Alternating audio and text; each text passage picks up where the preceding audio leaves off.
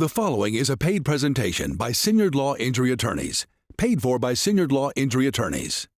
The Siniard Law Show, answering your legal questions, featuring attorneys Tommy Siniard, Bart Siniard, and your host, Aaron Dacey. This is the Siniard Law Show. Hello and welcome to the Siniard Law Show, where we welcome your legal questions and educate you on the various areas of the law. You're getting free legal advice from the prestigious Siniard Law Firm, a father-son personal injury firm right here in the Tennessee Valley, focused on giving back to the community through legal education. Bart Siniard's been recognized by the best lawyers in America 3 years running, and his dad, Tommy Siniard, is on the list of the best lawyers in America for more than 3 decades. And tonight, Tommy, we have an expert attorney on drug and alcohol criminal charges. Do you guys ever kind of cross paths? Yes. Brian Beck, who's here tonight, is one of the premier criminal law practitioners. Not an easy road to hoe. We do civil personal injury practice where we interface sometimes is that, let's take this for instance, somebody could be drunk and run a red light, and Brian might end up defending him on a vehicular homicide charge, and we might end up being against that same person or his insurance company for wrongful death. And same way with assault cases, there can be criminal assault, but it's also a civil assault. So yeah, there's an interfacing. We go before the same judges. We typically have jury trials in our area. He does too. And so yeah, we're in the courthouse a lot together, but just in separate arenas. So Brian, welcome to the Siniard Law Show, buddy. Thanks for having me. Brian, there are different types of charges when it comes to drugs and alcohol. So tell us about that. Sure, there's many different charges that deal with drugs, all the way from relatively simple cases that might be Class A misdemeanors like possession of drug paraphernalia. Perhaps somebody has not the drugs themselves, but the materials that are used to inject or to use. They might be found in a vehicle or on their person, something along those lines. Possession of prescription drugs, that if someone were to have a prescription for that, it would be fine. But possessing those things without having a prescription, then that person might find themselves being charged with the crime. All the way up to trafficking cases where the amount or the nature of the possession, the nature of the drug that they've been caught with, that can go all the way up to a Class A felony, which carries the same range of punishment as murder. Wow. That is something, and we're going to talk a little bit more about DUI coming up in this show.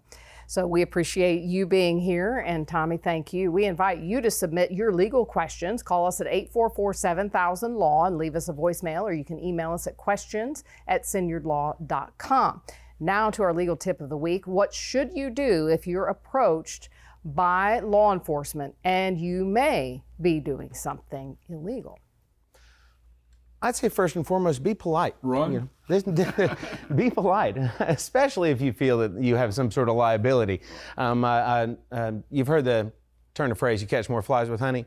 It doesn't hurt for you to be polite. It's a human system. It's dealing with human beings. Police officers are human beings, and you're gonna just get a lot better result if you're just polite with them. Do you have to identify yourself? Well, if they're in the process of investigating a crime, yes, you do. Yes, you do have to identify yourself. So you could have someone who is not involved in a crime, but the officer is called to that scene and is investigating the crime, ask them, what's your name? Say, well, I'm not telling you my name. Well, guess what? Now you've got an obstruction of government operations charge. They're going to place you under arrest for that. And what maybe they wouldn't have discovered in your pocket, now that you're going to jail, Right. Guess what? You're going to get searched. Exactly. So Could your car get searched under that same? in those circumstances, yeah, I would say it is important that you not consent to a search, but if you do comply with the officers, it's going to be far less likely that you're going to be subjected to one. All right. Thank you. And let's move on to our viewer questions now. Our first question tonight comes from Chris. My brother was shot and killed a little over a year ago, and the guy who did got charged with murder. But the DA's office is just saying they can offer him a plea deal instead of manslaughter. That's just not right to me. I don't think that is enough for what he's done to me and my family. So I was wondering if there's anything we can do to stop that. Yeah. the victim's input is going to be important. The assistant district attorney or the district attorney's office, they have an obligation to get input from the victim. Quite often the victim or the victim's family can testify in front of the judge and talk about the impact that that crime has had on their life. But at the end of the day, it is the state's decision as to what the DA's decision, exactly, to decide what to offer this person. And there can be a whole litany of reasons that they might want to plead this to manslaughter rather than murder. Maybe there's some sort of problem with the case. Maybe there's some sort of mitigating evidence that they're scared of. Maybe there's not a significant criminal history and this is a one-off. They want to show some clemency there. It's better to get a manslaughter verdict than a not guilty verdict, is what you're saying. Exactly what I'm saying. So under the category of murder, this should be interesting. You have murder, you have, let's start capital murder, manslaughter, criminally negligent homicide, and then below that, vehicular homicide. Go through the differences in those levels of homicide. Mostly what it has to deal with is the mental state of that person, whether someone intended to kill this person, whether they acted with some sort of reckless disregard for human life. That's your murder cases. Capital murder cases, there's some sort of aggravator that's involved to push a murder up to capital murder, whether this was done, whether more than one person was killed, whether they were shooting into a vehicle, shooting from a vehicle. Police officer, absolutely. There's so many different things, these aggravators that would push what would otherwise be a murder, which is a Class A felony, which carries a range of punishment from 10 years to life in prison. And felony murder is still in capital. Oh, yes. Oh, so yeah. If in the course of committing a felony, you also commit a murder, you've turned murder into capital murder, which is 10 to 99 to life, but also includes the possibility of the death penalty. You better believe it. Now tell the folks out there, how is it determined that somebody's going to get the chair? Well, we have in the state two different forms of lethality that they would use. Since lethal injection has been offered, no one has chosen the electric chair, although it does still exist. That's not really to your point, though, but that's interesting, though. It's the culpability. The victim's input, is going to have a lot to do with that, or the victim's family's input is going to have a lot to do with that. The particular heinousness of the crime and other factors that the district attorney's office will take into account, whether or not they're going to seek the death penalty in a case. Well, but it is not, contrary to what some people think, it is not the jury that decides life or without parole or death. It is the judge. That is taken away from the jury. Teach us about that. Absolutely. Yeah, the judicial override. You haven't seen it much. We elect our judges here. So when judges choose to take that out of the hands of the jury one way or the other, whether it's, giving the death penalty or not, giving life without the possibility of parole, which is the only other option, life without the possibility of parole. If the judge were to take that away from the jury and say, no, I don't think that the death penalty is appropriate here, the only other verdict that's possible is life without the possibility of parole, meaning this person is never going to leave prison. So in talking about parole, I think people would find this interesting. Let's suppose you did get a life sentence for whatever. Let's just for the time being say it's murder. If you behave in prison, what is your first available parole date in general? Oh gosh, it really depends. I could sit and talk about the parole system, ad nauseum. Exactly. Especially right now, the Alabama Board of Pardons and Paroles has really slowed down on pardons and paroles. You better believe it. Absolutely. 10 years ago, it was far more easier. Yeah. Far easier. But aren't you eligible like after 8 years? No, that has not changed. But with respect to the ability to get it, your likelihood of actually getting parole, it's a fraction of what it used to be. That's interesting. Thank you very much. When the Siniard Law Show returns, we've got a treat for you if you're a fan of John Grisham books. Bob Bailey, a local author and lawyer, joins us to talk about his writing. Here Harrison Brothers brings together the best of North Alabama. Our curated selection of local art, fine crafts, and gourmet food are great gifts for everyone on your shopping list. We carry books by local authors, and our toys pique a child's imagination. At Harrison Brothers, your purchases support artists and artisans right here in the Tennessee Valley. Located on Huntsville's Courthouse Square since 1897, Harrison Brothers is more than a store. It's a tradition. If you're watching this show, you're likely a fan of John Grisham legal thriller books. We've got a treat for you because there's a local author who specializes in this same genre. Tommy? Thank you, Aaron. We'd like to welcome Bob Bailey to the show this evening. Bob is an experienced attorney. He practiced actually for a local well-known firm here, Lanier Ford, for nearly 25 years. And during the same time frame, he began writing books, and he's become an established author in the field of legal novels. We welcome him to the Siniard Law Show. Hey, thanks so much, Tommy. I appreciate you having me. Bob, you know, I was telling you, I'm a leftover English major who, if I wasn't practicing law, I'd try to write books. So I'm a little jealous. There's very few that start that venture that make it, and you have, right? It has been quite the journey. I've really Give us a lucky. little insight as to how you got interested in this and how you dipped your toe into the water to begin with. So always loved fiction ever since I was a little boy. And I think when, in high school, read To Kill a Mockingbird probably inspired me to be a lawyer and a writer. And then around the time I was in college, John Grisham comes out with his first 5 novels, and that was a big inspiration. And both, again, as a lawyer and a writer. And then I took a creative writing class my last semester at Davidson College, and that kind of got the juices going. Well, everybody, and including especially me, thinks you can just sit down and write a book. To go through the books that you've written and the time commitment. Oh my gosh. So The Professor is my first novel. It was about an 8-year journey for me, kind of learning how to write as I go. And I had not written a novel before. I've always wanted to. And so it took me a while to kind of learn the craft, and I learned a lot by reading other books. But when The Professor came out, you envision it just being a one-off book, and then the publisher asked for a series. And so we ended up doing 4 books featuring law professor Tom McMurtry and his young partner, Rick Drake. And there's a character in there named Bo Cephas Haynes, who is a lawyer from Pulaski. And we end up doing a spinoff series with Bo for 2 books. And then that leads to the Jason Rich series, Rich Blood, which went on for 3 books and introduces a plaintiff's lawyer named Jason Rich, who gets in all kinds of trouble. And Hey, easy there.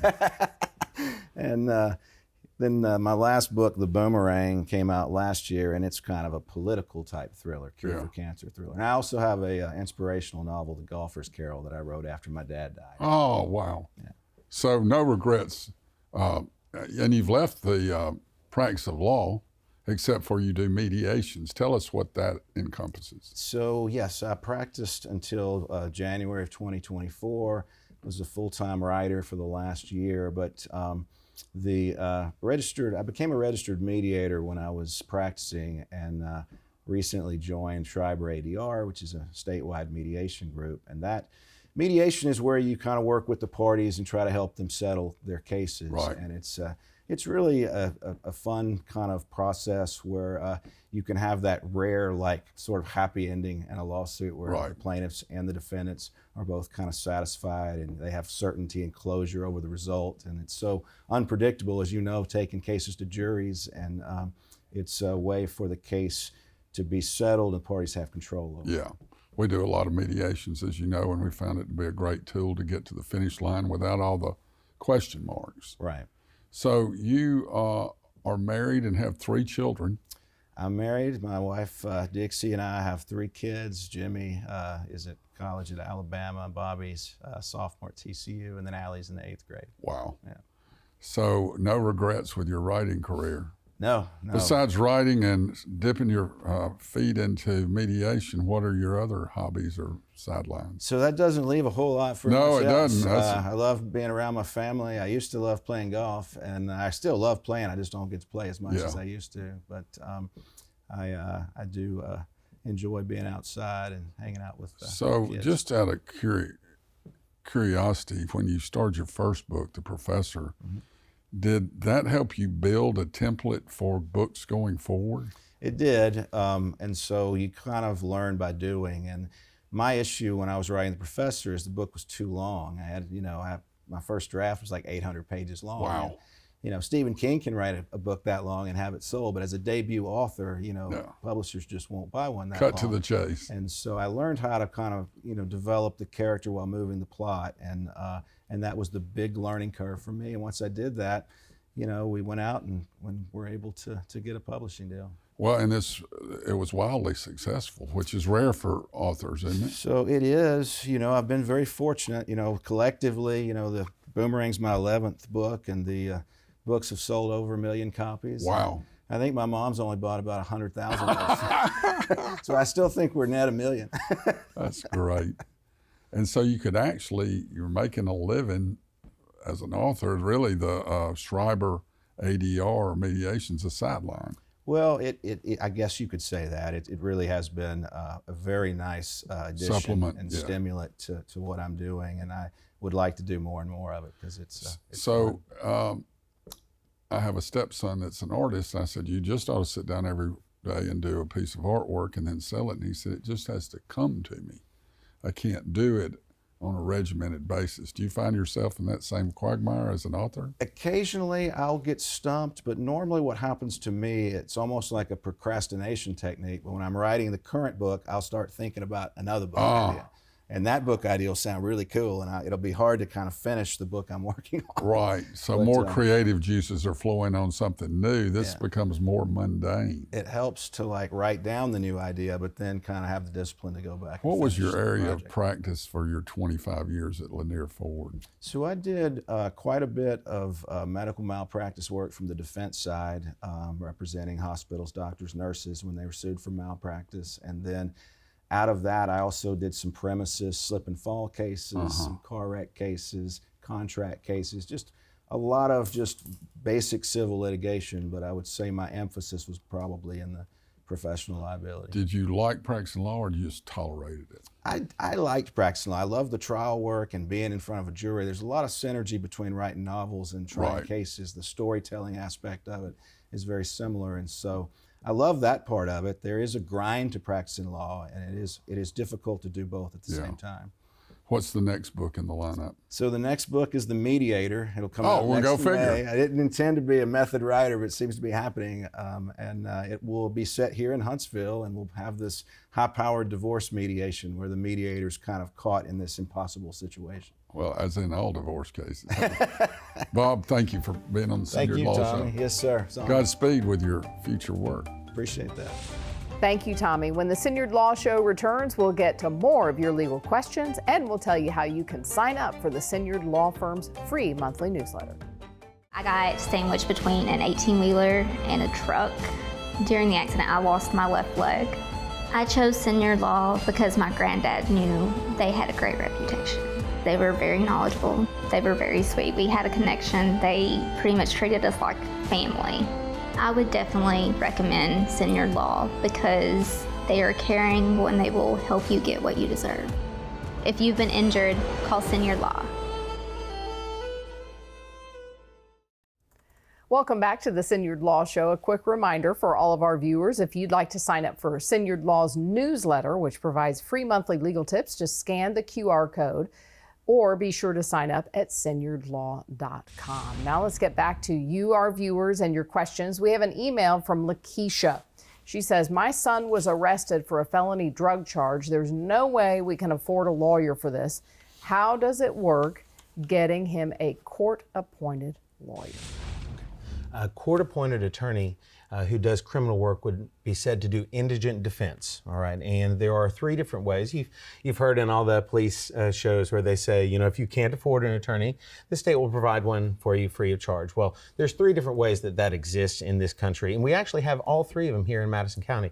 The first way would be a actual public defender's office that is a dedicated branch of the government. They're government employees, they get government benefits, they're funded the same way that the prosecutors are. They usually work across the hall from the prosecutors, and they work hand in hand, and that's their only job. That's how the federal indigent defense system works. Defending people for free is a position that is occupied by the public defender or public defenders, which is dramatically different from private court-appointed lawyers. Okay, and that's the second way. We have in Madison County, if you're interested in doing indigent defense, then the court administrator's office handles it. And you go and sign up, and the court administrator's office hands out, you get a case, you get a case, you get a case, you get a case. I would suggest to this person, if they were charged with a felony drug charge in state court or Madison County here, I would call the court administrator's office at 256-532-3573. You could also get in touch with the district court clerk, who is 256-532-3373. They're going to be able to point you in the right direction with regards to filling out an affidavit of indigency, so you can show that, look, we don't have the means to hire an attorney. We would like for an attorney to be appointed to us. Very good. Here's another email question. This one's from Tanya. Is there any different punishment between a second DUI and your first DUI? I had a DUI about 10 years ago when I was in my early 20s, did alcohol classes, and that DUI got dismissed. I got arrested for another DUI a few weeks ago, and I'm worried I may have to spend time in jail. What do you think about that one? She said about 10 years? Mm-hmm. I'm going to give you the typical lawyer answer and say it depends. Which side of that 10 years are we on? Because we currently have a 10-year look back. Oh, wow. So that could be right on the cusp. If it is, then my answer is going to be it depends. Let's say, for the sake of argument, that it was over 10 years and 1 minute ago. I think it's likely that we'd be able to get first-time treatment again. Now, what she described, going into a program, going some classes, paying some fines, fees, and costs, peeing into a cup, doing urinalysis, that sort of thing, completing some classes, and then the case was dismissed. That sounds like a diversion program. That likely would be foreclosed to her, given the fact that she had done that before. But at worst, if we got some bad facts, we can probably at least get first-time treatment. That'll look like 60 days suspended for 12 months of probation, a $600 fine, $264 in court cost, $100 docket fee, $100 court referral officer fee, and they go to some classes, jump through some hoops. But no jail time. No jail time. We could avoid that. If it's 9 years and if it's 10 months. Yeah, precisely. Now we're looking at something a little different. That is a second DUI. Now we're looking at 365 days, where she might have to do 5 of those days. And that's just the law with regards to a second DUI. That's right. And it only gets worse with the third and the fourth. Go through those penalties. Oh, well, it just continues getting worse and worse and worse. Then it jumps up to 60 days in jail. And then we're starting to look into felonies. Felonies carry a range of punishment anywhere from no less than 366 days in jail up to 10 years. So it can get very bad very quickly. We need to let the viewing audience understand it's not just alcohol, it's alcohol or drugs. It went from driving while intoxicated to DUI, driving under the influence. Mm-hmm. And what do you see? I know there's breath tests for alcohol, but how do you measure someone's intoxication for marijuana or other drugs? It's a couple different ways. They have classes for certain officers who have graduated from drug recognition expert school. They would be a DRE or drug recognition expert, and would be able to look at things like horizontal gaze nystagmus, look at the person's mannerisms, look at their presumed heart rate, and a lot of different issues. Where we see a lot of these come in is where there's something else that points to it, some sort of paraphernalia in the car, an admission from the client along the lines of what they might be under the influence of. But you're absolutely right. It's not just alcohol. There's alcohol over a 0.08 blood alcohol content. There's just under the influence of alcohol, period. There's under the influence of a controlled substance, under the influence of combined substance, alcohol and controlled substance, or any substance that could impair your ability to safely operate that vehicle. With a drug, it's not a blood test that you have to give, or? They can take your blood. Okay. Yeah, that's so just out of curiosity. They would do it under a controlled circumstance after your arrest. The new hot thing is CBD gummies and vapes, which some of that's been illegalized in Alabama, but is someone who's taking a gummy likely to be determined to be under the influence of THC? Quite often. I just tried a jury trial not long ago. Someone who was accused of being under the influence of marijuana. Now, this particular client, I truly believe was not just not guilty, I think he was truly innocent. But we had to bring that to a jury and explain to them that, look, can someone smoke marijuana such that they can not safely operate the vehicle, absolutely. But they don't drive 65 and 40. They drive 7 miles an hour. They drive 7 miles an hour, they miss their turn 4 times, and then pull over in the median. That's what driving under the influence of marijuana is like. And when you ask them for their driver's license, they go, do what? Yeah. Oh, it's back there in the bumper, actually. I think that's where the license is. Yeah. So there's some risk in just taking a gummy. Very much so. Absolutely. Wow. Absolutely. Especially with an admission, so it's probably best to say less. So I used to tell people years ago, I did criminal work. I've been practicing 45 years. I had a T-shirt set up for some of my criminal defendants. I was a young lawyer on court-appointed list. And it was yellow with black print. It said, "You have a right to remain silent. Use it." Mm-hmm. Amen. Because so many people are behind bars because they just didn't use that. Mm-hmm. They talked themselves into prison, right, BB? Very much so. Very much so. Absolutely. Say less. So interesting. And do you have to submit to field sobriety tests? Absolutely not. Absolutely not.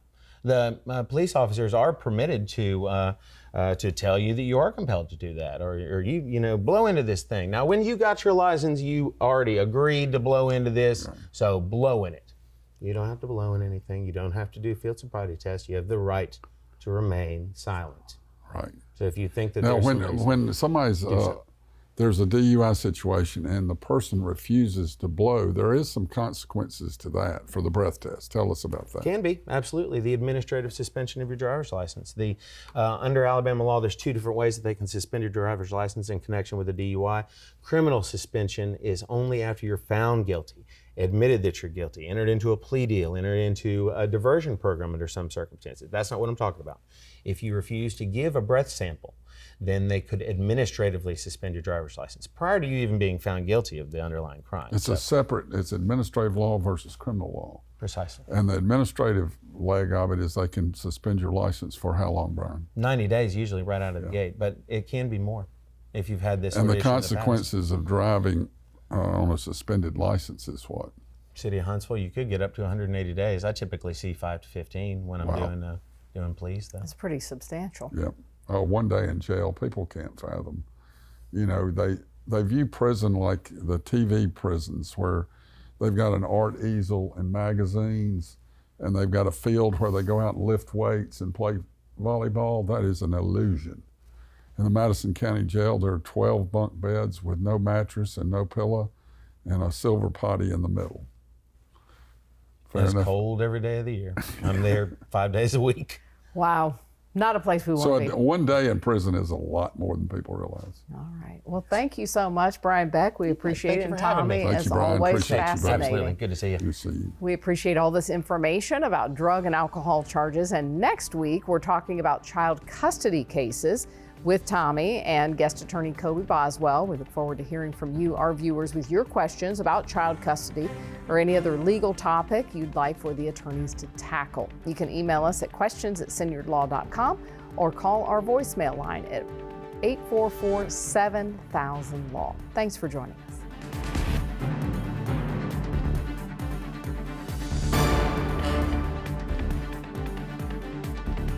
The preceding was a paid presentation by Siniard Law Injury Attorneys, paid for by Siniard Law Injury Attorneys.